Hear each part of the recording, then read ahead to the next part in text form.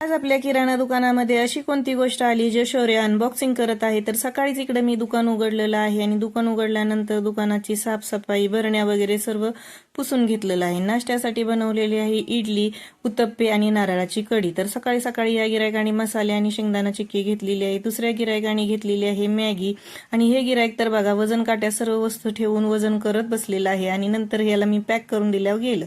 तर इकडे आईंच्या साडीला पिको करायचं होतं. साडी व्यवस्थित कट केली आणि पिको केली. पिको करत असतानाच गिरायक आलं. तर शौर्य म्हटला तुझं काम चाललंय तर मी देतो गिरायक. त्याने ते कोलम तांदूळ 1 किलो वजन केलं, अर्धा किलो साखर वजन केली आणि त्या मुलाला सर्व पॅक करून व्यवस्थित दिलं.